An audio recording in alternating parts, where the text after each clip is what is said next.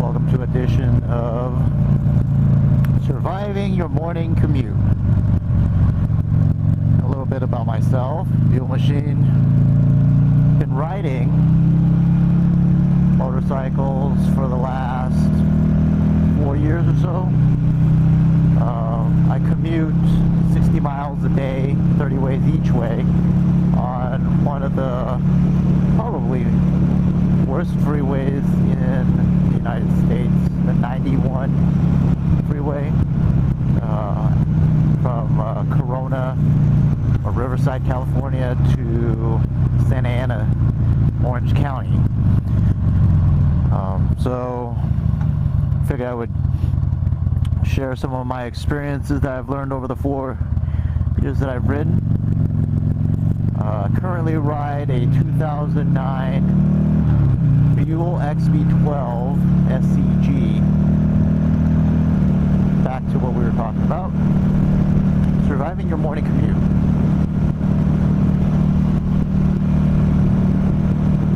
Riding on the freeways and riding on city streets is a little different than riding on the track. However, a lot of concepts that are discussed by pros who teach motorcycle riding apply to the streets.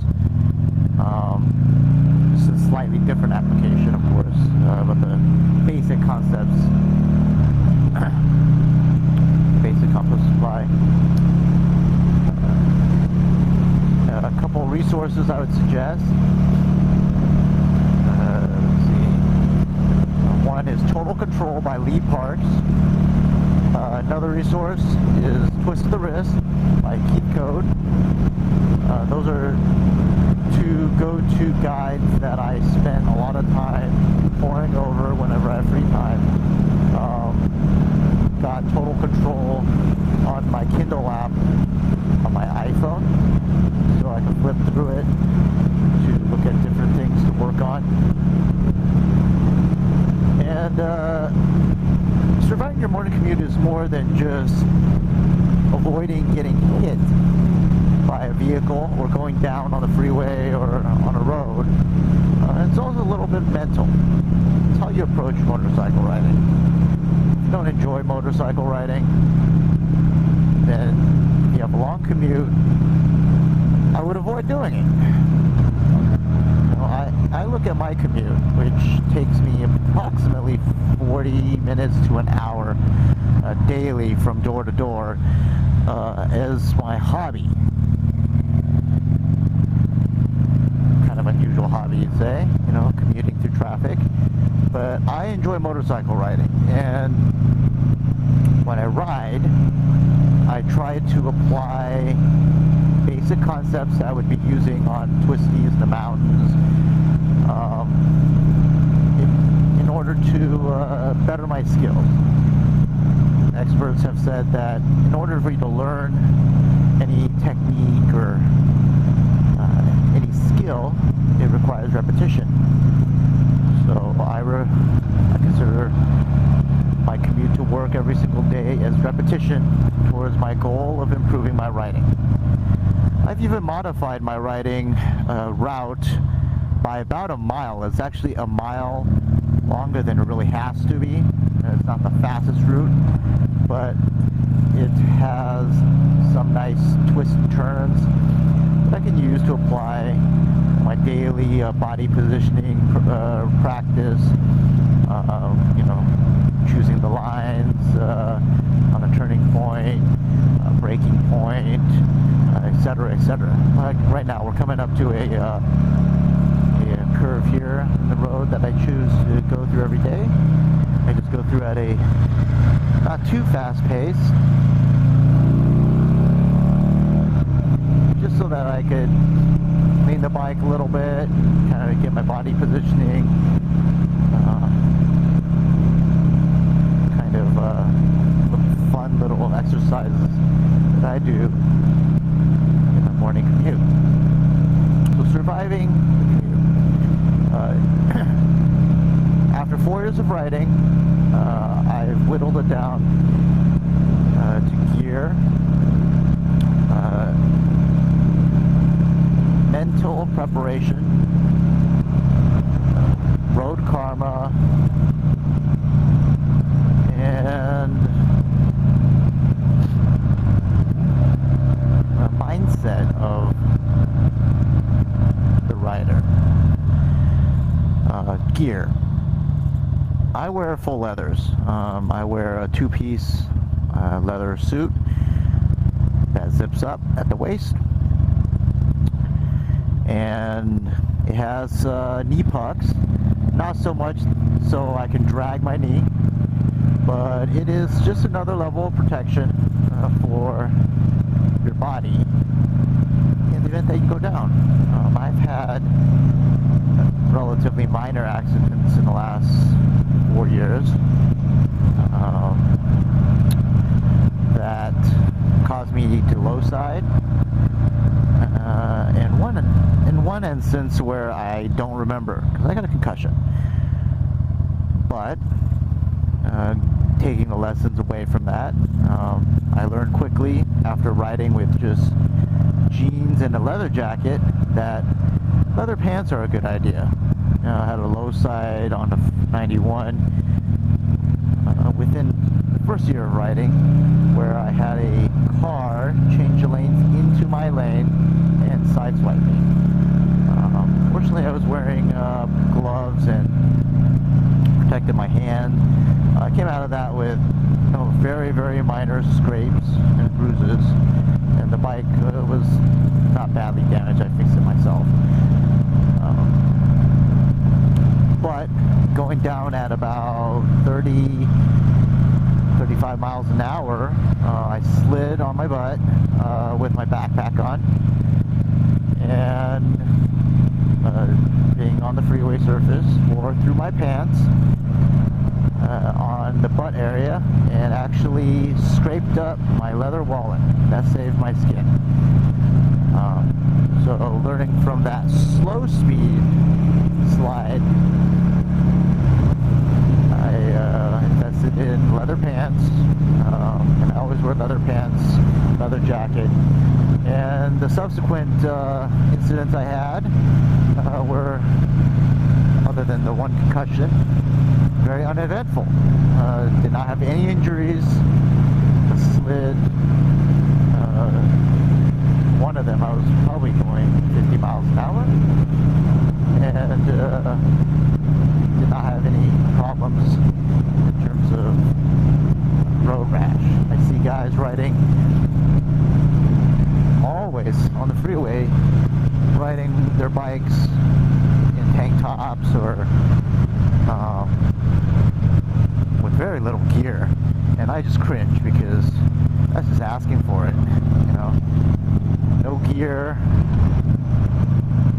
and you go down, you're gonna lose skin, and that is painful. I prefer insurance of some leather. This has been proven also. Motorcycle fatalities are mainly due to motorcycles hitting objects or getting run over. So if you take away that and you're not hitting objects and not getting run over, then you're just going to get scraped up. Now you take away the scraping up and you're actually good to go. Relatively, let me see if I can go slow and get past it. There we go. So the gear. So yes, gear is important. I'm a proponent of gear. Moving on, here I am getting on the freeway now. This on-ramp is always under construction, so right now it's probably very dangerous to get onto the freeway from this place, but gotta navigate it carefully. Hopefully not get hit. Usually taking your time is going to keep you relatively safe, and keeping yourself visible keeps you relatively safe. brings me up to a point that no one can really agree on. I see this on internet forums quite a bit. They say loud pipes save lives, and there's arguments for both. There's people who say loud pipes will notify drivers you're coming, and that keeps you from getting killed. And there's the other end of the spectrum, guys, who say loud pipes do absolutely nothing but annoy people around you, and it's a false sense of security, since when you're going down the freeway you actually outride the sound carrying forward. And both points are valid to a certain degree. Going through traffic slowly, like filtering through traffic, going the speed of traffic or slightly faster, the sound will carry ahead of you far enough so that vehicles in your vicinity will hear that a motorcycle is in the area. I personally find that invaluable. I don't know how many times I've sat in my car in traffic, and I'm an enthusiast rider, so when I'm sitting in traffic I listen for motorcycles because I want to see what bike's coming by. Well, countless times I'm sitting in stop dead traffic or slow traffic, and hearing a bike coming up, a rumble of an exhaust, will get me to look more closely at my side view mirrors and my rear view mirrors before contemplating any lane changes, and makes me look for someone possibly lane sharing. In the state of California, where I live, lane sharing is legal. So, agree with it, disagree with it, we are allowed to share lanes with cars, so we can quote-unquote split traffic. And personally, I believe split traffic is a safer alternative than sitting in traffic between cars, front and back. It's more difficult for a car to change directions, side to side and hit you without you seeing them coming, given certain criteria. Those criteria can be found on the California Highway Patrol website. They have guidelines for what they consider safe lane sharing. Some of which is, for instance, not lane sharing above 50 miles an hour,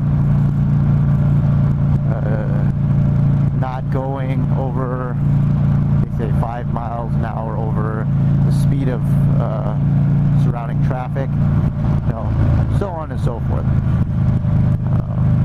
Good guidelines is a foundation for your riding. I find that the biggest thing is not going too much faster than traffic surrounding you, especially if traffic is stopped or slow, in order for them to have time to hear you and not decide to suddenly change lanes into your lane or into you. For the most part, drivers are not going to try to hit you. I consider, as a motorcyclist, I consider myself more or less a gnat. I am a very agile creature that is easily squished, and therefore I must avoid the cars. I'm not going to win against a car. So, as you can see, I'm going a few miles an hour faster surrounding traffic, but I'm not going so fast that I can't see if a car is going to change lanes, as evidenced by looking at their tires to see if their front tires cocked. You can see people's heads turning to look at mirrors, etc. Change the turn signals, turn it on. And I'll come up to slow traffic and kind of look where I'm going to go before I go, because I don't want to be stuck between two cars and realize that it's too narrow for me to fit. So that's another tip for those of you riding on the freeway.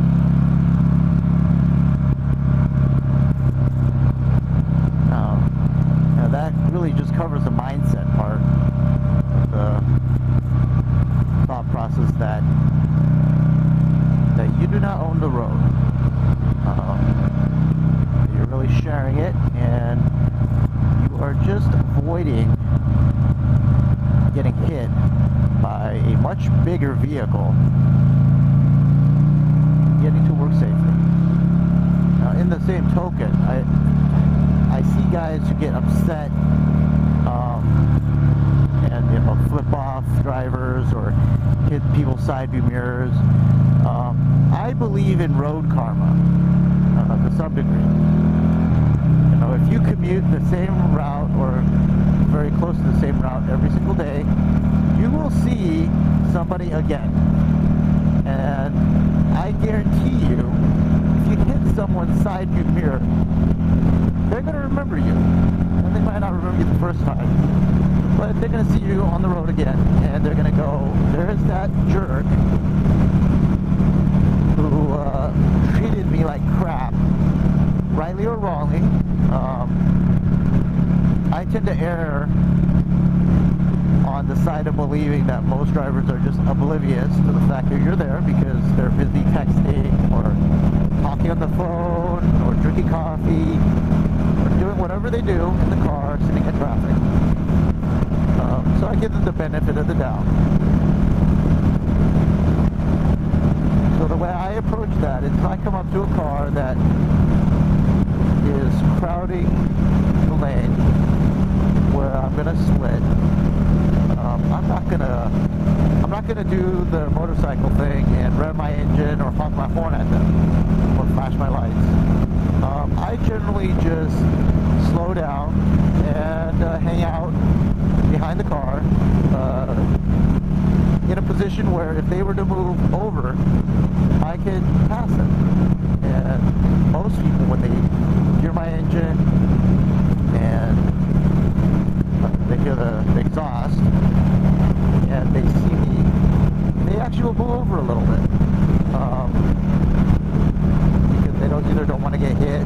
They think that I'm going to try to squeeze through in an unsafe manner, which I don't plan to do, or they're just genuinely being kind and allowing you to pass.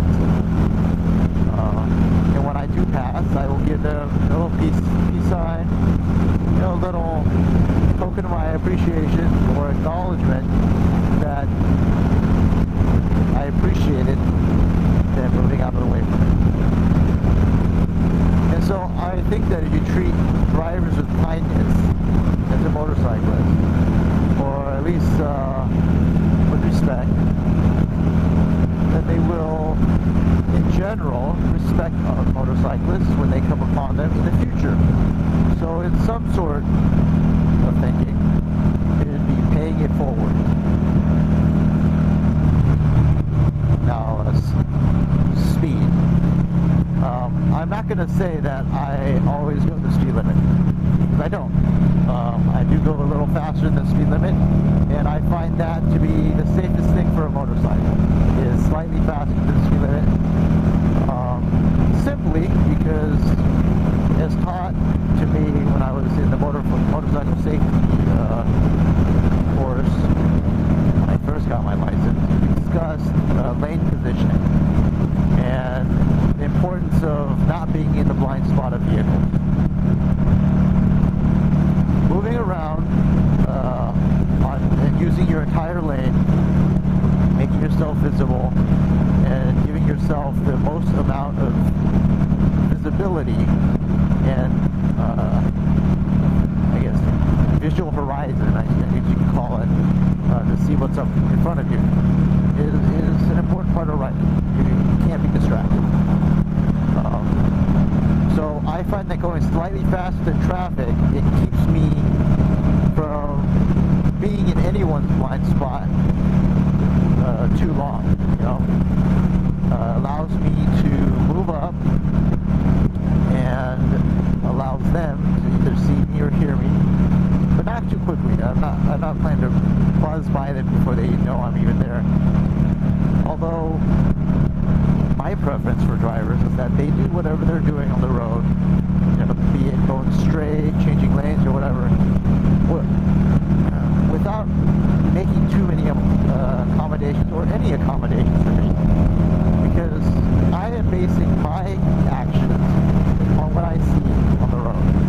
So if I see a car driving straight with no cars next to them, no exits coming up, you can assume that car is going to continue going straight. And therefore you act accordingly. You have to pass it, you change lanes, you go.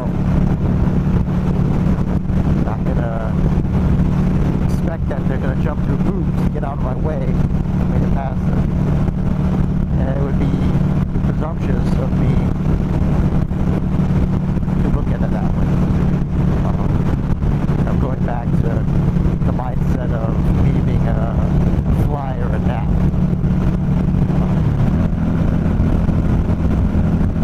So, bottom line is surviving your commute. You gotta just have a mindset of, to some degree, it's a defensive riding, knowing that cars are driven by people who make mistakes, who are distracted, who may even have a personal grudge against you as a motorcyclist, and I see that quite a bit. I just avoid them. I don't even acknowledge they exist if they're being rude. I just get away from them as fast as I can and move on. That way, I'm not giving in to their game. They think that I'm stuck in traffic, so I'm going to make sure you get stuck in traffic, which doesn't make any sense. The faster I get out of traffic and moving along, the faster everyone else is going to get to work. If I'm stuck in traffic, milling about, first of all, sitting in between cars is just asking to get in from behind, because most people rear in each other on the freeway, not as many people sideswipe each other. But more importantly, more cars stuck in traffic makes traffic worse.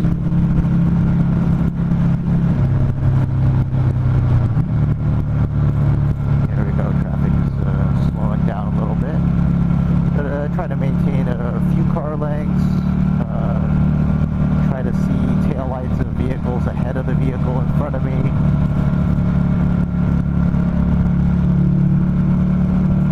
There was that little stretch where I took off a little bit past, but once again I try not to go too fast on the freeway. You don't want to get pulled over by the police for speeding.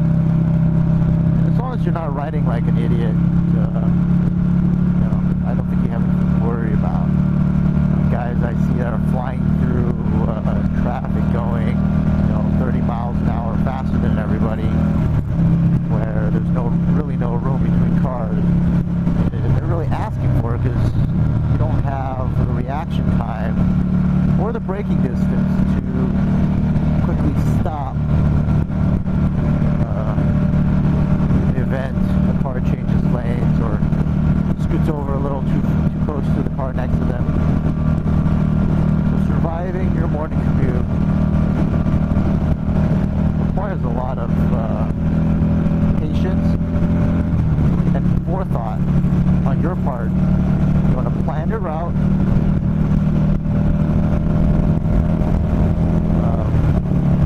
you want to apply the principles wherever you may learn it,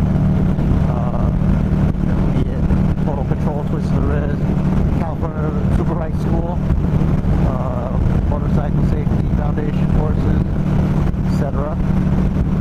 Apply those concepts, because